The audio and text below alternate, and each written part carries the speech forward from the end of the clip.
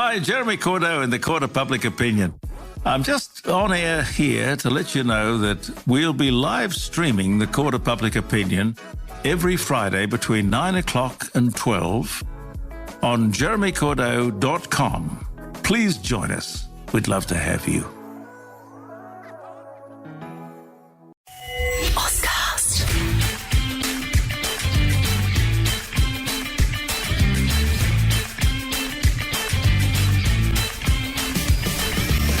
Well, we're due for a podcast, Drew Jones, I think it's fair to say. And we've been sitting and waiting patiently, letting the round build. And it's an absolute bonanza. Hello to you, again at an ordinary time for the football club, but with so many pertinent subjects to discuss, which we're looking forward to today in a perverse manner. Hey, Gabby, yeah, I was thinking how sometimes we used to do this podcast and we talk about like team selection. Oh, what changes are we going to make this week? Those issues just seem so trivial. Yeah, like a 9-minute deep dive on Zach Langdon. Yeah, we didn't have much to talk about then, did we? When the club's going pretty well. But yeah, I mean, since we last spoke, pretty good against St Kilda. Lions could have kicked any score on us, really. We were lucky to not get hammered there. And then at halftime last week, it was looking like an absolute disaster. But the boys fought pretty hard in the second half, and Carlton probably put the queue in the rack and got a couple of injuries. But yeah, Caroline Wilson didn't mess around on Monday night, did she? No, and that's been building for a while. I mean, I wasn't too surprised. Like, I don't think there's been too many huge revelations, apart from the Trevor Nisbet claim that he'll go at the end of the season. That's the big one. I mean, Simo's been in that position for a while now. Like we said it after the Swans defeat, that quote that I think I tweeted again on the weekend, that's still the one that sticks out for me. We cannot tolerate those performances any longer in regards to Simo. So, that put him to the edge of the cliff, if you like, along with our recent disastrous record. The St Kilda performance just moved him back a touch. But then, the first 10 minutes against Brisbane and the first 10 minutes against Carlton puts him right back to the edge. And the only thing stopping him, obviously, from being pushed over is the fact that he's got 2 years left on his deal and there's a penalty for breaching the soft cap. That's the only thing, right? And so they've probably gone, well, let's just assess things at the end of the season. There's no point doing anything now. And if there is some sort of miracle over the last 4 weeks, well, then maybe he stays in terms of performances, but none of us can see that right now. So it does look like it's edging towards that kind of decision. Would you agree? Yeah, I think we both agreed that a handshake at the end of the season and a fresh start it seemed like a really genuine possibility. I just think that the chat that they seem to have on, Footy Classified and other shows, it's always about 5 weeks behind the things that you and I have discussed. Yeah. Like it takes them a while to cotton on. 18 months after stuff. Stuff's been like 18 months behind, like Eagles and fans analysis. Yeah, they seem a bit behind, and I don't think anyone who loves West Coast or who watches us every week, none of this is breaking news to us. We understand exactly where the club's at. I mean, we've won 3 of our last 44 games, so no coach ever survives that. I just wanted to ask you, and I think Jared and Robbo discussed it last night on 360, talking about how we understand the business side of things in terms of paying out Adam Simpson. It's a lot of money. John Ralph throwing around a $3 million mark. And obviously we don't want to breach the soft cap. Where do you think the line is for West Coast in terms of, are we a footy club or are we a successful business? What's more important? If Adam Simpson really isn't the right man for the job, do we just need to make the change and pay the money? Yes, I do. Because you need to make a stand for what's acceptable on the field. We said that after the Swans defeat. There's there may not be a point in sacking him at this point of the season, but you have to show to your players, this was the comment I made at the time, that isn't acceptable, and that the football club won't stand for it. And there is a a limit that you cannot accept. And we've gone way past the limit on field, of course, over the last 2 seasons. And the season before, let's not forget, when I know we just missed the finals, but we got smashed in a series of games. I mean, you speak about the outside media being behind. I mean, Eagles fans were starting to click that something was off then, right? Yep. In the 2021 season, we should never have missed finals. And we got absolutely slaughtered in a range of games. So the signs have been there for a while. And ultimately, yes, you've got to take a stand on what's acceptable on the field. That is your core business, football performance, and it has been a dismal failure. So yeah. The money's, you know, how many times we have to say it? The money's there. They can build that back pretty quickly. So to me, it's just a pretty straightforward one. Yeah, and then when I think about and try and be really logical about it, then there is only one conclusion when you're logical and you look at the football performance. But the injuries are catastrophic, and you know, Collingwood at the moment have 11 games on the injury list. Yeah, and we've got over 1,000. And I think we may have said this before, but I'll say it again. I reckon if you looked at just about every team in the competition right now, North Melbourne and West Coast would be the 2 teams that could least afford to have those injuries. Like when you take our experienced players out of our team, we just don't have that middle rung of players who are seemingly able to cover the experience lost.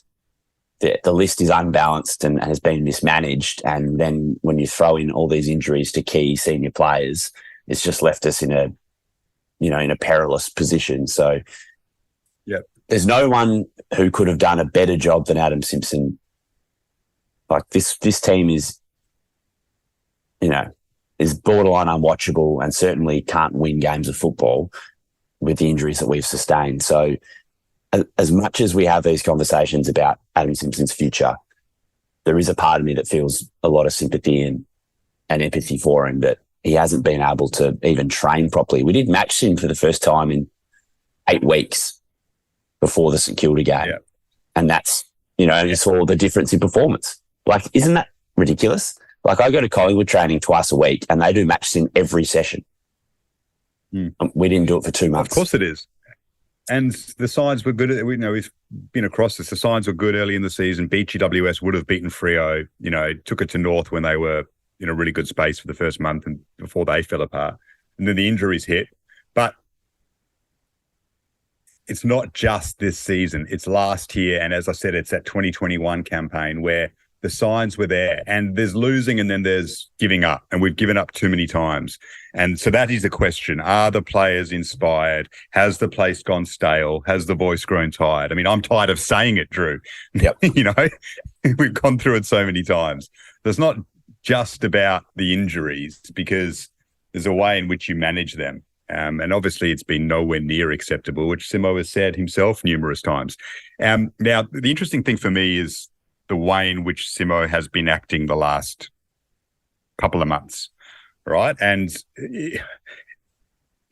look, we love Adam Simpson. He is one of the great coaches in Eagles history. We are not Adam Simpson bashers.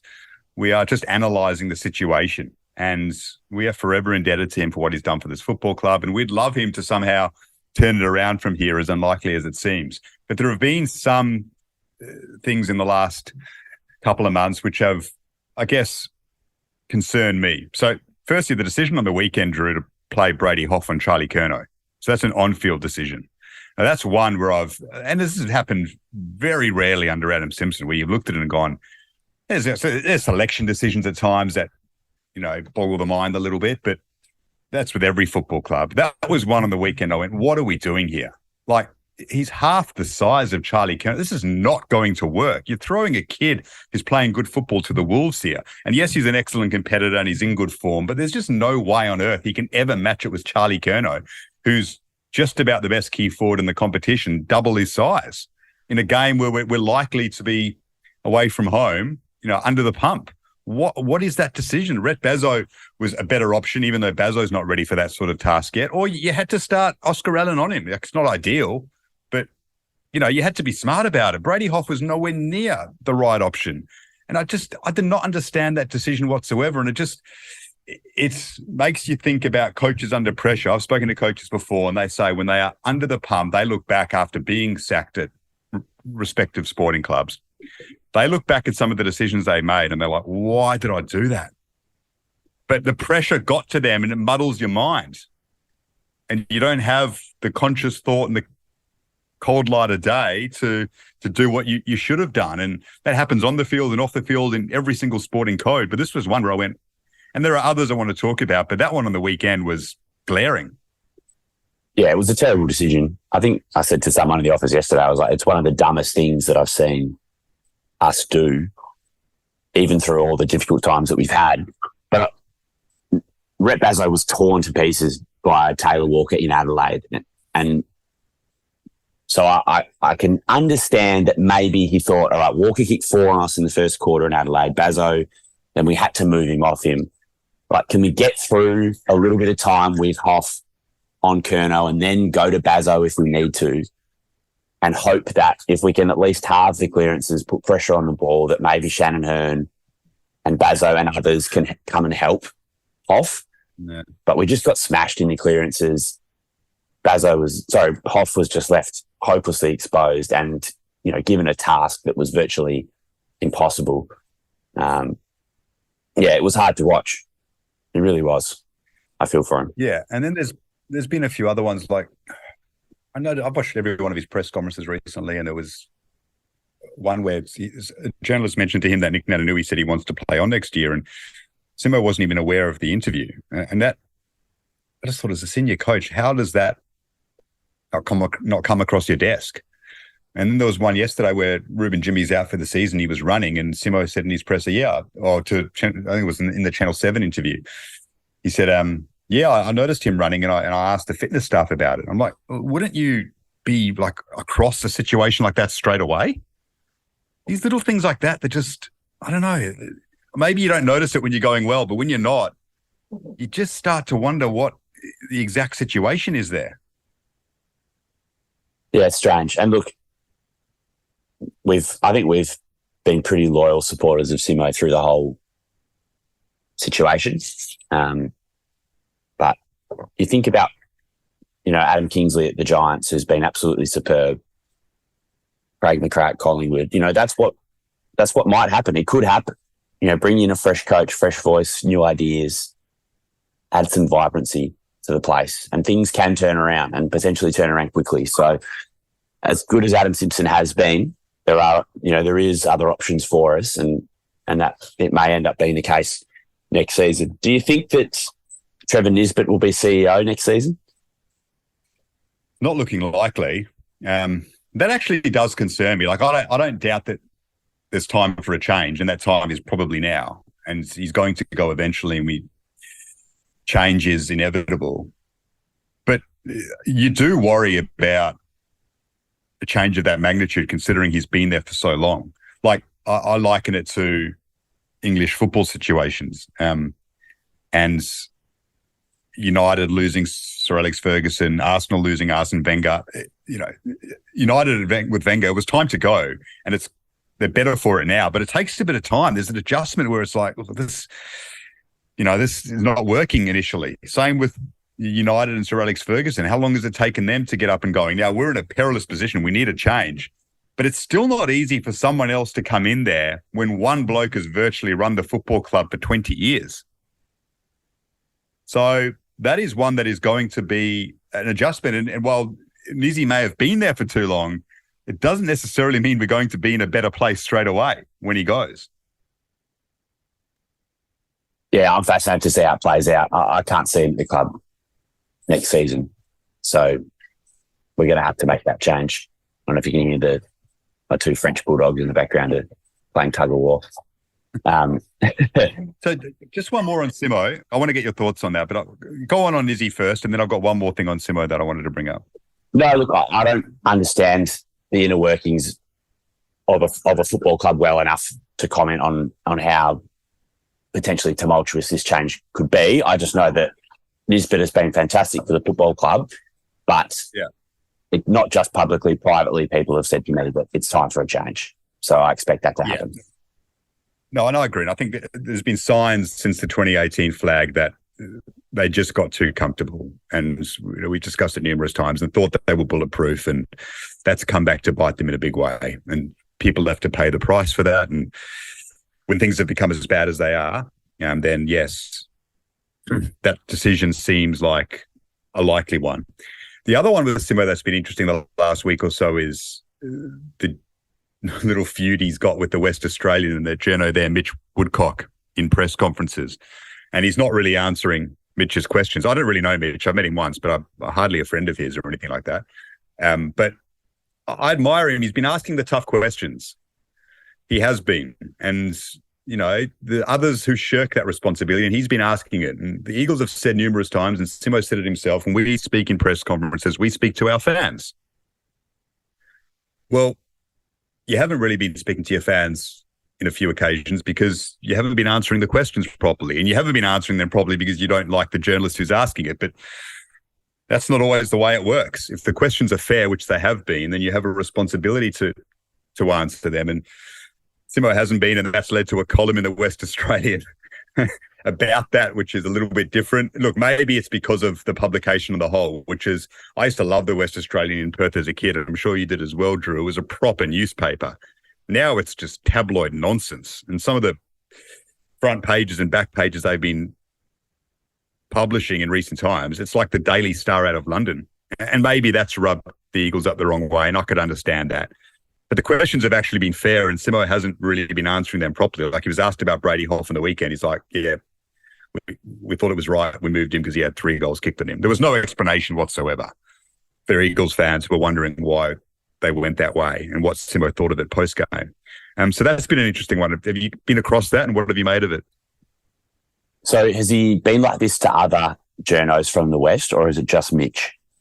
He's been, from what I've seen, he's been harsher on Mitch. He's been a bit short on the whole, especially post-game. You can understand that. It's taking its toll. But he's definitely been shorter to Mitch. In fact, after the Sydney game, when Woodcock asked him, whether he was the right man for the job, Simo basically said, he laughed at the question and he said, yeah, I'm laughing because it's coming from you.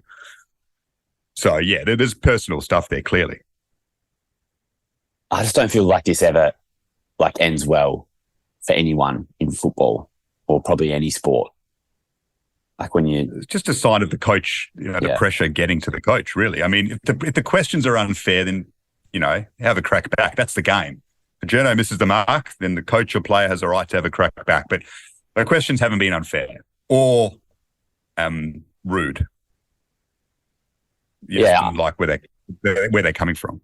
I'm definitely on Mitch's side, and maybe we're biased, Garby, because we work in the industry, but there hasn't been, I don't recall any questions to Adam Simpson through this whole period being unfair. And to be honest, when we're going so badly, there's almost nothing that's off limits.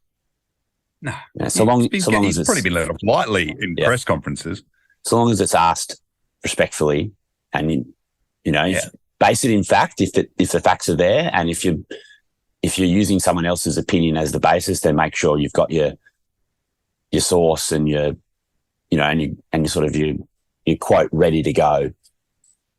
Don't leave Simo anywhere else to go when he's answering. So, yeah, I think it's all fair.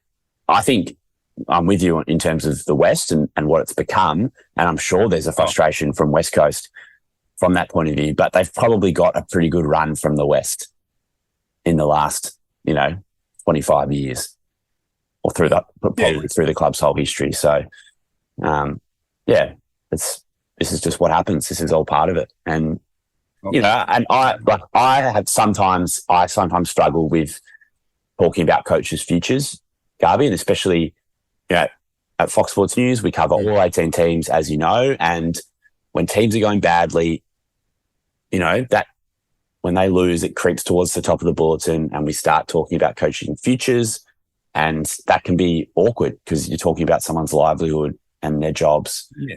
But unfortunately, that's all fair at the moment with Simo. So, yeah, it's disappointing that he's chosen to target the journo specifically. Yeah, and like someone from the Eagles could be listening to this for the first time and thinking, who are these two just hatchet merchants on the club? Like, the furthest thing from that, and anyone who's listened for a while knows that.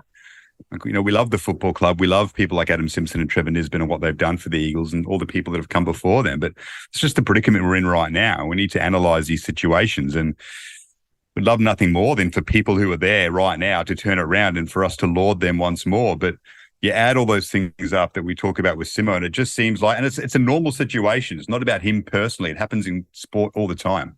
Pressure builds, and you just do things that, a year later you look back and you went, I probably should have done it differently. I probably should have not spoken in this way, or been a little bit more relaxed, or not been as short, or, geez, why did I make that decision? But when you're under the pump, that's what you do. We all do it, right? In any workplace or situation, that's what pressure does. When the pressure is built to the extent that it has on the Eagles over the last 2.5 seasons, 3 wins in 44 games. Well, 16 straight losses, club records that you don't want. Yeah, the pressure builds to a point where you don't act with the coolest head at times, unfortunately. Simo's held himself together pretty well considering all of that, but just these little things that have raised across the horizon in recent times have been interesting. So there's a couple of players we want to talk about. I think we'll get to Shuey in a moment, but probably the Tom Barrass late out, that creates the Brady Hoff situation. Obviously, there's so much discussion about Barrass's future. We'll probably get a first-round pick from Sydney back if that's the trade that happens. The question is it the right move for us to get rid of Tom Barrass, considering the games that he's missed this season, we've been annihilated by opponents? Yeah, it's an interesting one, isn't it? I mean, on the surface, no. The only reason I think the move makes sense is just because of the motivation stuff for Tom Barrass. So we discussed it. He's looked at times as if it was just building against him, the predicament of the club, being a fullback. Where's his personal motivation? There's that infamous quote up for the 2018 grand final where he said the premiership just didn't feel like he thought it would. He just strikes me as someone who needs a fresh challenge, Drewy. Someone who needs to go somewhere else and just be invigorated and have a crack at a flag. And if that is the case, well, it makes sense for us to trade someone with currency, and therefore that might be the move. Now, the understanding is, and I've been hearing it for weeks in Sydney, that, the deal is pretty much done. Barrass has links here. He's happy to go. Swans want him. Their desire to get him is understandable. Paddy McCartan's future is in limbo, to say the least. Dane Rampy's not getting any younger. He's got a year or so left maximum.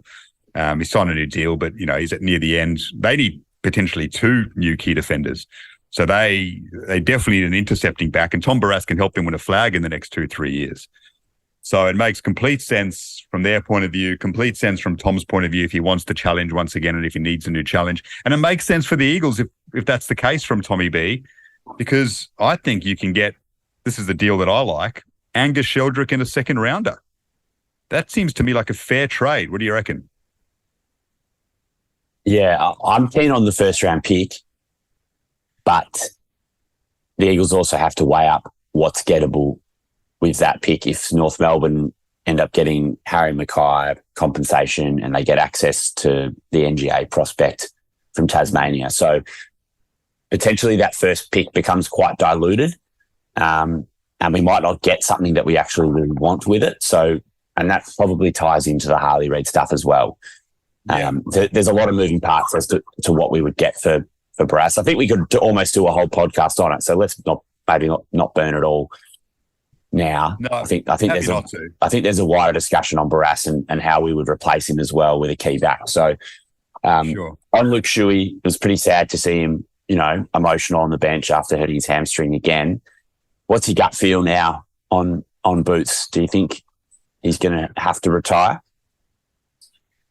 Yeah, it's not far off it now. I mean, we did say one more soft tissue and that's probably it. The other issue for me is he played so damn well against St Kilda, and you went, there's still such a good footballer there. But then that performance seemed to knock him about for the next weeks. So he misses the game after that. And then against Richmond, he was off and he still looked a bit sore. And then he gets injured the week after. And you just think, going so hard in that one game and playing so well, he just wasn't able to back up. That's actually as much of a concern for me as another hammy. Well, it was interesting that Xavier Ellis, I heard him say, who's still good friends with Luke, that he worries about Luke in those games where we're getting hammered because he seems to lose a little bit of control of his emotion in terms of not angry or doing, whacking blokes. But have you noticed how hard he's been going in contests? And, watching up close from Marvel on Saturday, you could see the way he was throwing himself around, like repeat efforts in close proximity, trying to lay tackles, trying to smother. These are explosive efforts for someone who has soft tissue and hamstring injuries. Like it was as if it was bound to happen, the way that he was playing. So did that smack of desperation for the football club, or do you feel like he's playing for his future? Does he feel because he's the captain that he needs to set an example, which I really love? I think Luke's future may depend on what happens with other senior players. Like if there's no Andrew Gaff, if there's no Dom Sheed, if Elliot Yeo gets traded, who knows? I don't know if any of those things will happen. Yeah. But I don't think I'd want to lose 4 or 5 of them in one go. And I think that Luke is really important to the football club. So if he signed a 1-year contract with high incentives to play games, low base wage, that would be fine with me, honestly. But maybe I'm just too biased and love him too much, and I can't possibly make a subjective decision. I'd agree with that. And I think you're right. A lot of it boils down to what happens with other players. And the Andrew Gaff situation is an interesting one. So, okay, Hearn will retire, obviously. Nick Nat's got 1 more year, so who knows? He could possibly retire. Not sure, but Gaff's got 1 more year. Now, Andrew Gaff should retire. So the club, ideally, I think, goes to Gaffy and says, mate, you've been an absolute legend, but unfortunately, you're just not in our plans moving forward. You've got 1 more year. There isn't a trade there. So here's an offer on the table. We're happy to pay you this, and you retire on a high. Well, not on a high, but, on your own terms. Unfortunately, if you stay, you're not going to play much football next season. Like, you're happy for you to give it a crack, but it's just, we're going to prioritise other players. And is that the way you want to spend your last year or not? If you want to give it a crack and you want to fight, hey, we can't stop you. So that's what I would be, unless I want to pay him out the full whack, of course. That would be the discussion. Now, if Gaffy goes, well, then maybe that helps Luke stay. If Gaffy stays, well, then, you're right. It comes into the equation a bit. Then how many of the guys can you keep? Because, Darling will stay, McGovern will stay. You can't have the same situation as this season. Sure, Hearn will go, but you don't want to be over that threshold, right, of too many of the old injury-prone guys. So, that could definitely come into the equation. But in an ideal world, I agree. I'd like to see him stay on a 1-year deal, incentive-based. Maybe he plays 3/4 of the games in a perfect world and contributes and acts as a mentor for the young guys, and then retires on a high. Yeah, unfortunately, our draw hasn't helped. We've had 8-day breaks and 6-day breaks. It's obviously been hard for Shuey to get up off the 6-day break. I could see Gaff at a Victorian club that's potentially contending next season. Can you really? Yeah, as a stopgap. He's not in their best 22. Like, say, Luke Dunstan at Melbourne, they recruited him as a backup inside midfielder, and he's just on their list. Plays VFL. He's there, break in case of emergency. I mean, they haven't even picked him with Clayton Oliver not in the team. That's just an example. I could see it if I wouldn't rule it out. I'm not saying we'd get anything for him in a trade. I could see him in a club elsewhere next season. Just on Nick Nat. I'd love it for him. I can't see another club being interested, unfortunately. Just quickly on Nick Nat, it was revealed that he's torn his Achilles. Do you think the club purposely lied about that? Because they obviously knew. And then I heard Belly on SEN saying, "Oh, I'm not sure if it's a partial tear or a full tear," like as if Gavin Bell, the head of football, doesn't know. Like the way things are at the moment, it actually wouldn't surprise me if they didn't.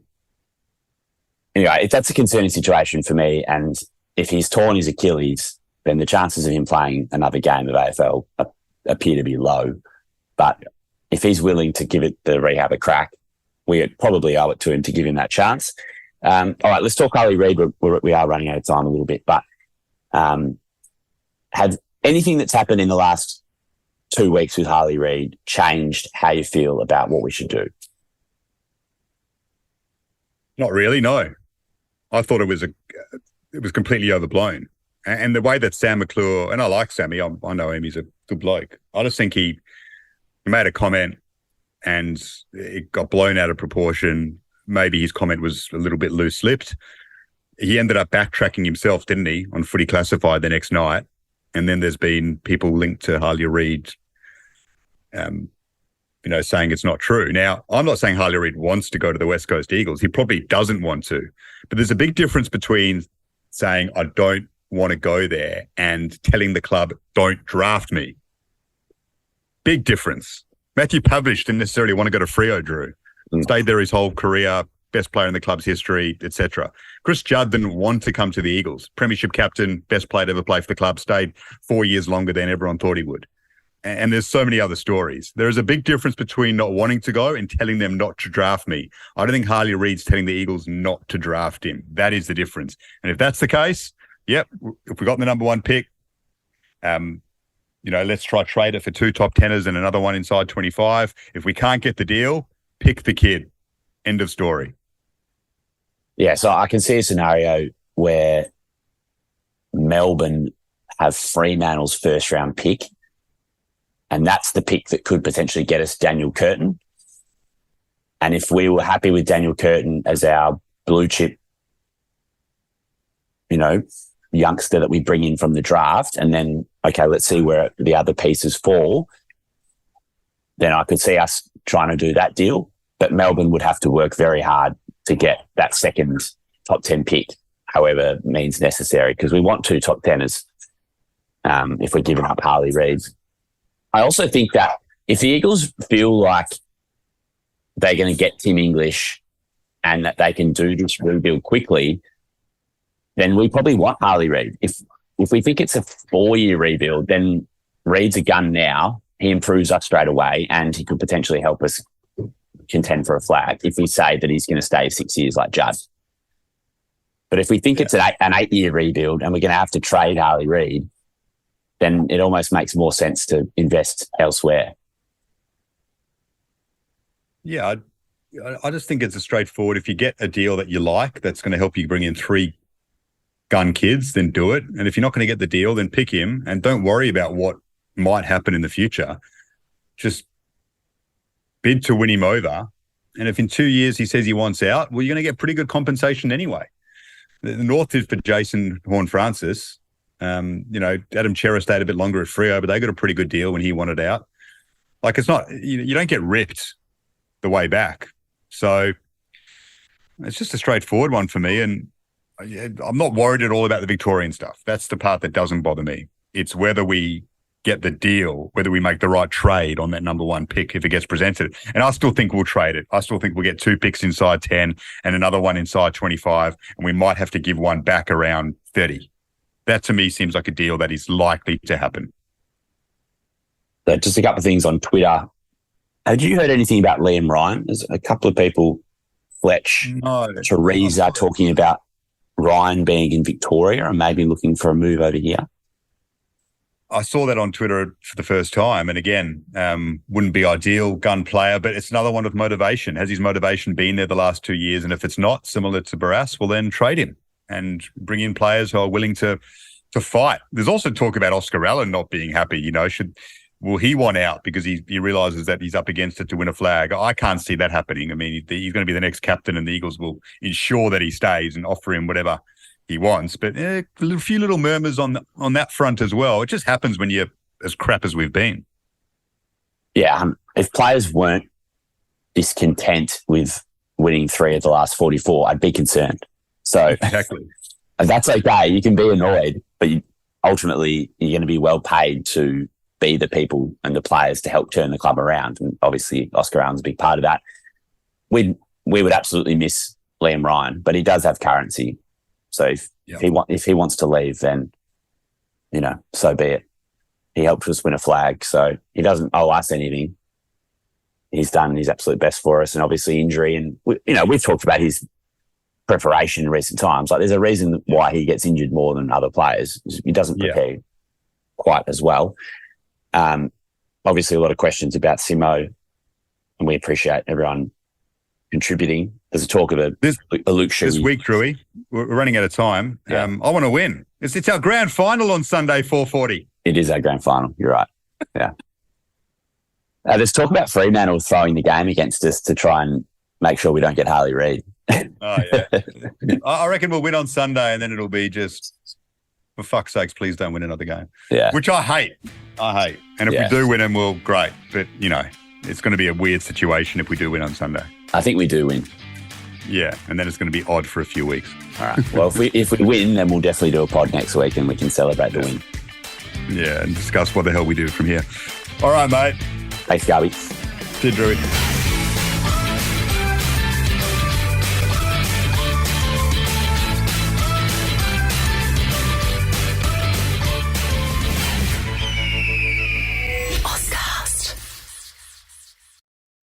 Hi, Jeremy Cordeaux in the Court of Public Opinion.